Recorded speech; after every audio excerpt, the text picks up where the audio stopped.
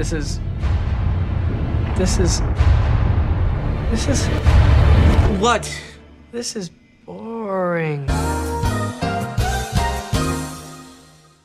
And boring it was. The Nun is a 2018 horror movie that just came out September 7th, 2018. Now this film stars Damien Bichir, which you guys have probably seen in Machete Kills, and one of my favorites, The Hateful Eight, as well as Tessa Farmiga, which I didn't even know she had a daughter, but you guys have probably seen her in Final Girls, which was a really cool modern horror slasher flick, as well as the upcoming American Horror Story Apocalypse. And even more notably, we get to see Bonnie Aarons, who plays the nun, the creepy pale-faced nun who chases everybody around in this movie, who was also featured in The Conjuring 2 and Annabelle Creation. Now, this film is directed by Corin Hardy, who I couldn't find too much information on. A couple of movies I never heard of, a couple of short films I had never seen, but he actually directed a short animation for The Prodigy, which was really pretty cool, actually.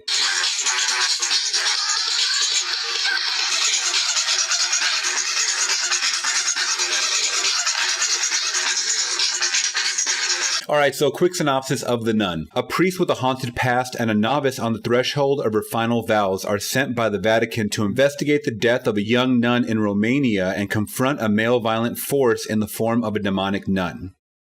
Now, right off the bat, guys, I am totally not into movies like this, though The Conjuring 1 and 2 were excellent films to me. Even though I did favor The Conjuring 1 a little bit more than The Conjuring 2, I thought they were two excellent films, and I was looking forward to what they had to come from this series. Now, when they started putting out Annabelle and Annabelle Creation, they kind of just lost me there. But jumping right into The Nun, I didn't want to be biased, even though I saw the Rotten Tomatoes score, and I'll put that up right there. Whew.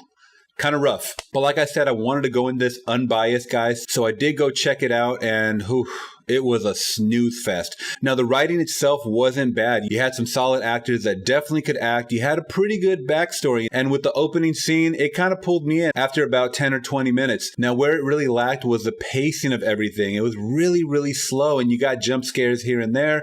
I had a guy comment, oh, it was only about 5 jump scares. Okay, if you can count the jump scares, there's too many jump scares in a film. That being said, I just thought it was overall boring, guys. And the story itself was pretty interesting. It took place in the 1950s, and it had a cool little backstory of demonic possession and it being intertwined in the church and the Vatican. And it was really cool to see that because you never really see those worlds mesh on camera. So it was cool seeing that. It was a little more different story than your typical exorcism type film, which I'm actually not too fond of. There was a couple that I've seen that executed it pretty well, that held my interest, but this is not really one of them. It did have a different take, you know, the whole fact of the nun being possessed. And there's a little more that goes back, and it even goes back to the days of Jesus Christ. So you get to see a kind of a flashback of how the nun became the nun and what the nuns did to kind of ward her off. So it's kind of cool, but like I said, it was really executed a little poorly, I thought, and it didn't really hold my interest. I kept looking at my watch, looking at my phone, just waiting for it to end. And this movie only came in at about an hour and a half, guys. So if I'm being bored after only an hour and a half, that really says a lot. A major strong point of this film was the acting, like I said before. These actors did a great job. They really were invested in this role.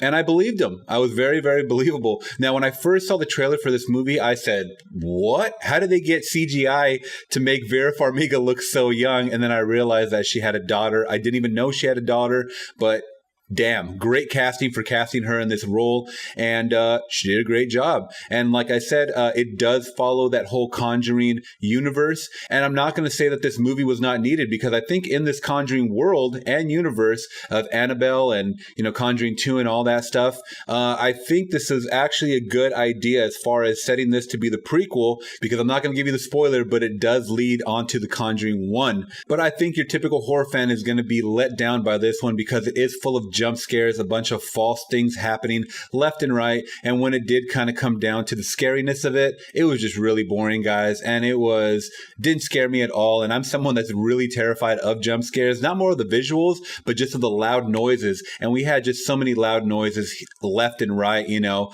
and that's kind of how they marketed this whole thing. And if you guys have seen, a lot of the ads were pulled for the jump scares alone. And I think it's stupid, because I think people need to just, come on, develop some thick skin, guys. It's 2018.